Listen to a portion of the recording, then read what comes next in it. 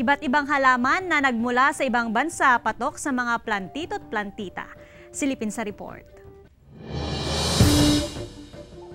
Para sa mga plant lover o mga plantito at plantita, best place to visit ngayong #Plantdemic ang Garden Center kung saan makikita ang libu-libong tropical plants sa Barangay Tocok, San Fabian, Pangasinan. Pagpasok pa lang sa Garden Center, tatambad na ang mga luntiang halaman. Mga collection item na mula pa sa iba't ibang bansa, gaya ng philodendron na galing sa Thailand, calathea na galing sa Brazil, aglaonema na mula naman sa Indonesia. Dahil sa magandang klima sa Pilipinas, madali lang daw itong palaguhin at paramihin. Iba't ibang klase rin ng fern at anthurium na tiyak pupukaw sa inyong atensyon. Makikita rin ang koleksyon ng iba't ibang klase ng orchid at hanging plants. Meron kaming maintenance monthly spray, weekly, spray ng mga insecticide po, tapos apply ng abono, monthly rin meron po.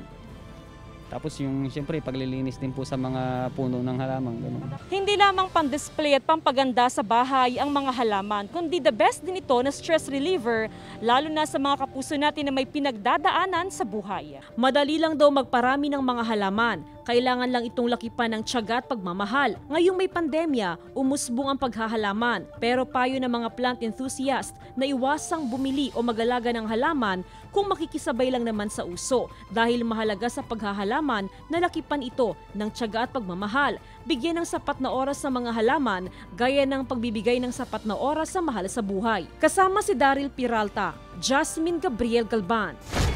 Balitang Amyanan.